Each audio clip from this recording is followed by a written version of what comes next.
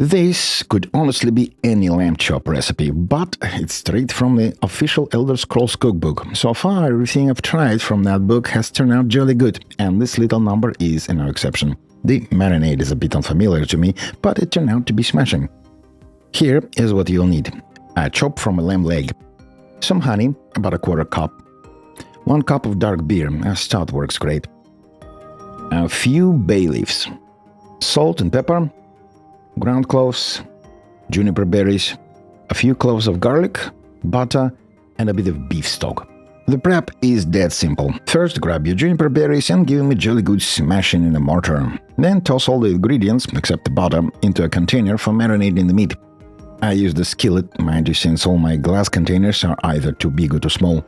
Pop it in the fridge overnight. The recipe says at least 2 hours, but I reckon overnight's the way to go. Same as always.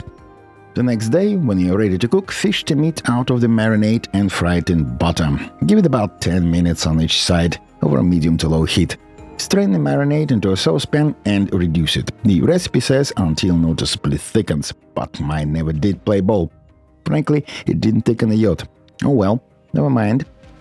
I will also whip up some rice as a side dish. No, it's not in the recipe, but here's how it goes. Steam up your rice until it's nice and soft. Then season it with salt and pepper. Once it is ready, stir in a generous tablespoon of real mayo. For every half a cup, 1 tablespoon. Sprinkle over some grated Parmesan. Give it a good mix, and there is your side sorted. Now let's plate it up. Pop the meat on the plate and drizzle a bit of that sauce over the top. Job's done. Tuck and enjoy.